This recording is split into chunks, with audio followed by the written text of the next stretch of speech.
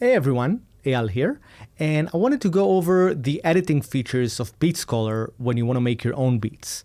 So the first thing I'm going to do is click the preset name and hit Init Preset.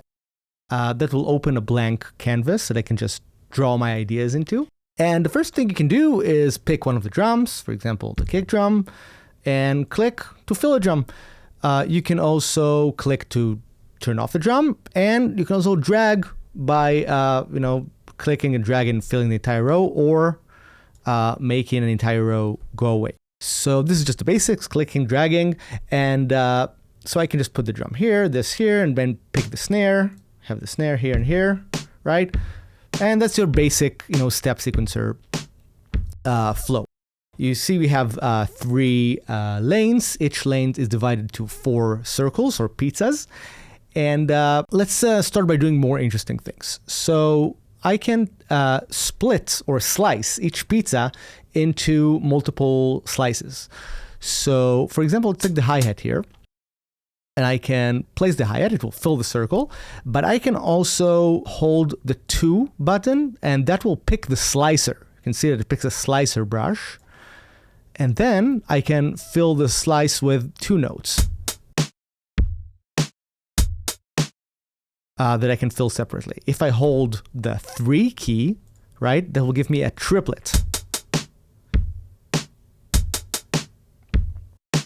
And you can be quite creative with this. So for example, I can hold, one of the keys like 4, right, 16th notes, and then I can just drag up and down to get any number of slices that I want, and then just fill them with a drag motion.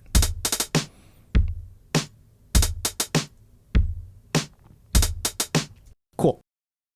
You can also manually click the slicer brush. So if you want to do some manual controls, this is useful, and then go back to the drum brush. You can also right click to see all the different options and just do manual slices, like slice this to 12 pieces and then fill them or something. If you want to completely fill or clear a circle, you can shift and then click and then go back.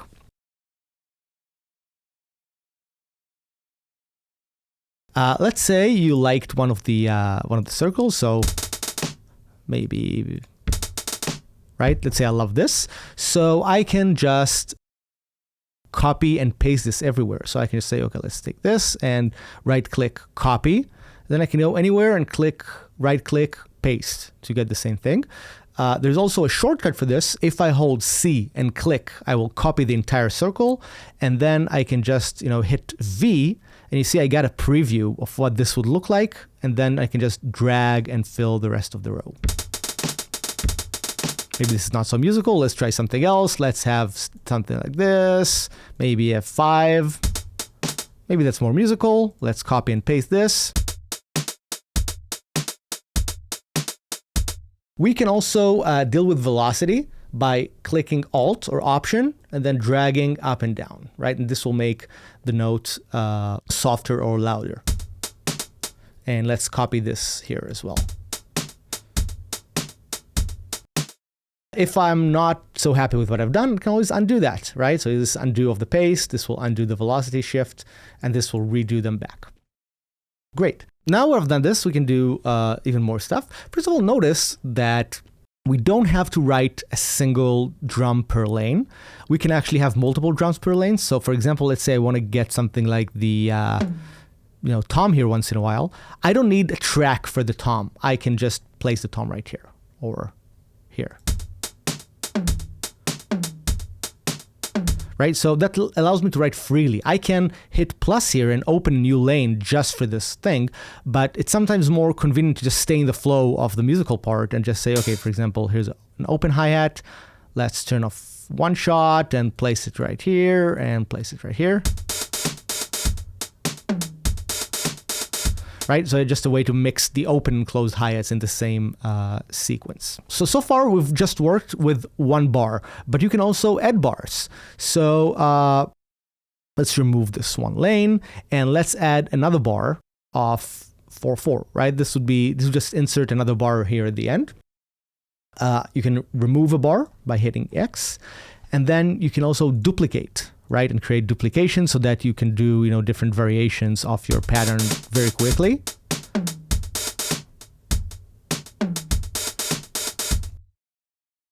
So that's a simple way to do this. You can also copy and paste bars. So for example, let's say I have the bar 4 bars. I can right click and copy, and then right click and paste to have the contents of the bar be transferred from here to here.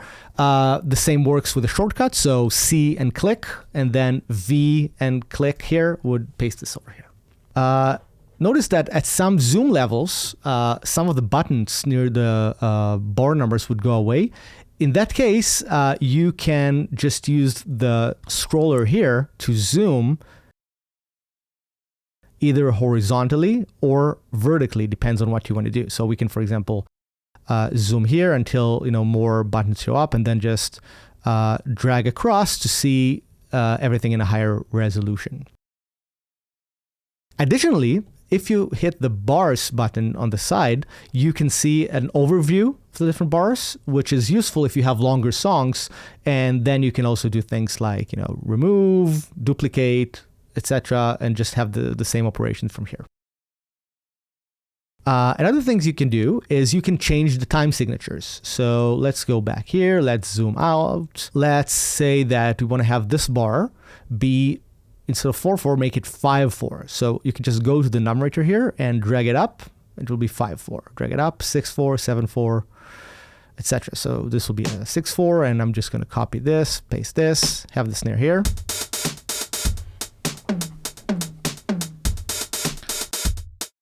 You have a very loose feeling in this way, where you can just mix and match different time signatures. You can also change the denominator of the time signature, which will also change the length of the notes. So for example, I can change this, or this bar, from 4/4 to 4/8 by dragging the denominator here or here. It became a double time. So for example, if I'll do something more, I guess normal, like this, right?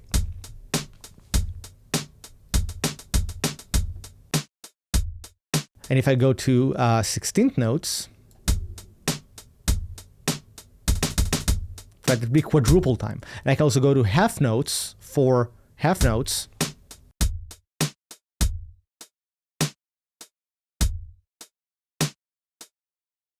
So once you've done that, there's also a few little other things you can do. First of all, as we said, you can hit one of the numbers to split, but that also allows you to split a full lane. So you see it opens a little arrow here when I hold the 3 button, and then I click it and everything becomes a triplet, right? Then I can just very easily add, a triplet here.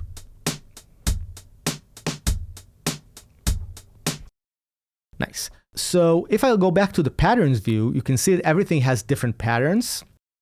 So I can always just hit plus and add another pattern, right? So each pattern is its own complete different sequence. Each sequence can have a different number of lanes, different drums, anything, and you can just click one of the other to play with it. You can also copy paste information between patterns. So I can just copy this bar here, go to this other pattern and paste it. It will try to fit it in within the number of channels. You can also right click and duplicate that pattern. So it's the same pattern all over again. You can rename it. Some great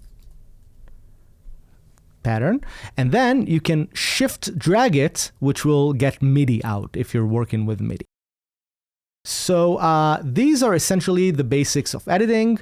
You can always undo, redo your actions.